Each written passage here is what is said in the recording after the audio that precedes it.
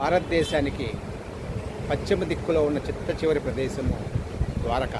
ఒక ఐతిహాసిక చారిత్రక నగరము, తీర్థస్థలము, పుణ్యక్షేత్రము. జూన్ నెల 6వ తేదీ 7:20 ద్వారక వద్ద సూర్యాస్తమయం. మన దేశంలో ప్రధాన భూభాగానికి పశ్చిమ దిక్కున చివరి ప్రదేశం ద్వారకా పట్టణం వద్ద సూర్యాస్తమయ దృశ్యమిది. భౌగోళికంగా భారతదేశపు ఉనికిని, విస్తరణ తెలుసుకునే ఒక ప్రత్యక్ష పరిశీలన సందర్భం ఇది. దేశానికి పశ్చిమం వైపు ఉన్న ఈ ప్రాంతంలో దేశంలో మిగిలిన ప్రాంతాలలో సూర్యుడు అస్తమించిన చాలా సమయం తర్వాత సూర్యాస్తమయం సంభవిస్తుంది. ద్వారకా పట్టణంలోని ఈ సన్సెట్ పాయింట్ వద్దకు సూర్యాస్తమయ దృశ్యాన్ని చూసేందుకు పర్యాటకులు వస్తారు. సుదీర్ఘమైన తీరరేఖ కలిగిన దేశం మనది. మన దేశంలో పొడవైన తీరరేఖ కలిగిన రాష్ట్రము గుజరాత్.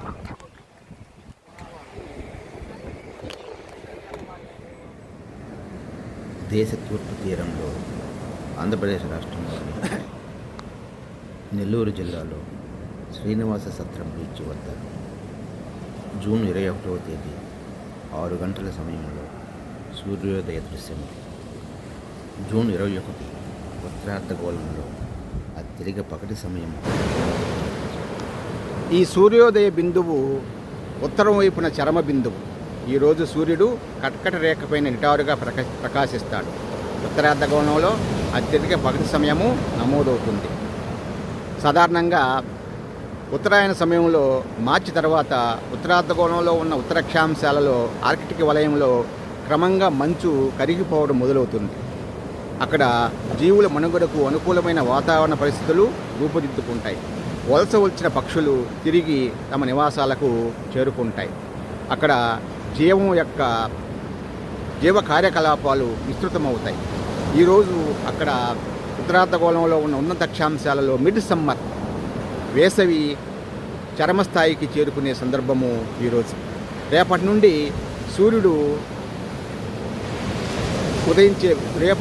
ఉదయించే బిందువు క్రమంగా దక్షిణం వైపున ఉత్తరం వైపు నుండి దక్షిణానికి మారుతూ ఉంటుంది. సాధారణంగా ఉన్నత అక్షాంశాలు ఉన్నవారికి, ఉత్తర ఐరోపా ఖండంలో ఉన్నవారికి, ఉత్తర అమెరికాలో కెనడా దేశంలో ఉన్నవారికి, అదేవిధంగా ఆసియా ఖండంలో సైబీరియా ప్రాంతానికి, ఈ ప్రాంతంలో వాళ్ళకి సూర్యుడు తమ వద్దకు వచ్చి వెళ్ళిపోయి లాంటి వాడు. ఈరోజు సూర్యుడు వారికి అతి సమీపంలోకి వస్తాడు. రేపటి నుంచి మళ్ళీ దూరంగా దక్షిణం వైపుకు కదిలిపోతాడు.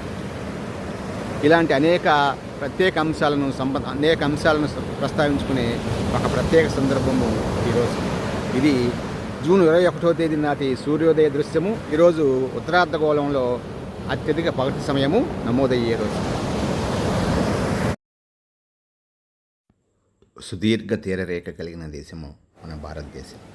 ఎక్కువ పగటి సమయం పశ్చిమ తీరాన అరేబియా సముద్రం వెంబడి గుజరాత్ నుండి కన్యాకుమారి వరకు, పశ్చిమ తీరము తూర్పున బెంగాల్ నుండి కన్యాకుమారి వరకు, బంగాళాఖాతం వెంబడి తూర్పు తీరము.